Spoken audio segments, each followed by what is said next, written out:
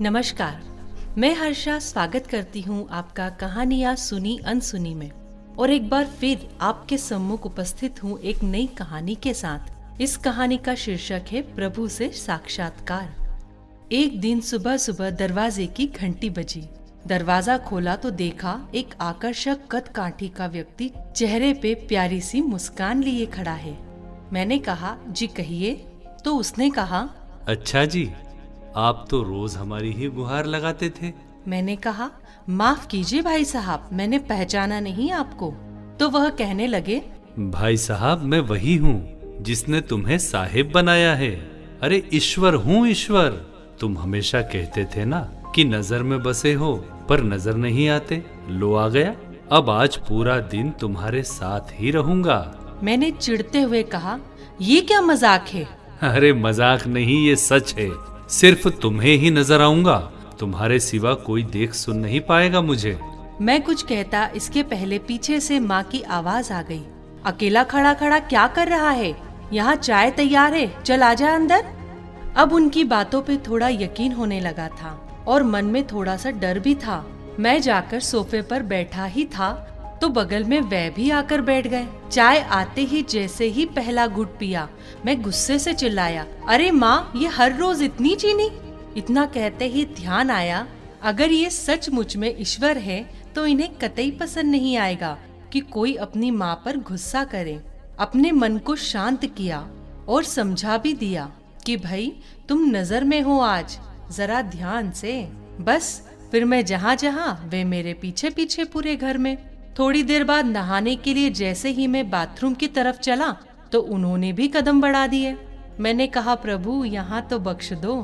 खैर नहाकर तैयार होकर मैं पूजा घर में गया।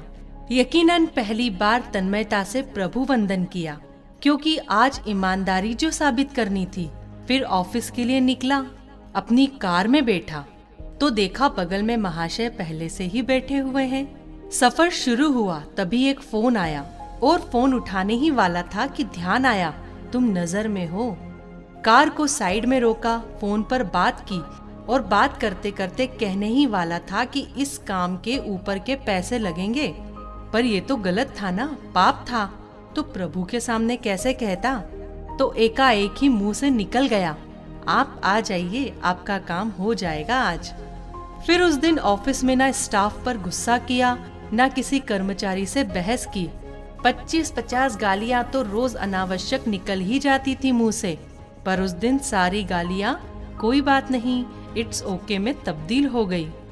वह पहला दिन था जब क्रोध, घमंड, किसी की बुराई, लालच, अपशब्द, बेईमानी, झूठ, ये सब मेरी दिनचर्या का हिस्सा नहीं बने।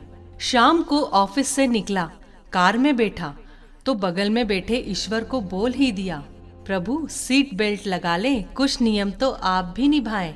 उनके चेहरे पर संतोष भरी मुस्कान थी। घर पर रात्रि भोजन जब परोसा गया तब शायद पहली बार मेरे मुंह से निकला, प्रभु पहले आप लीजिए। और उन्होंने भी मुस्कुराते हुए निवाला मुंह में रखा।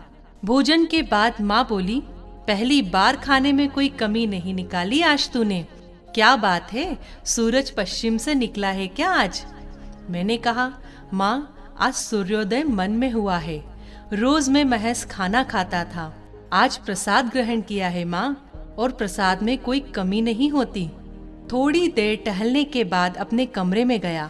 शांत मन और शांत दिमाग के साथ तकिए पर अपना सिर रखा तो ईश्वर ने प्यार से सिर पर हाथ फिराया और कहा, आज तुम्हें नींद के लिए किसी संगीत, किसी दवा और किसी किताब के सहारे की जरूरत नहीं है।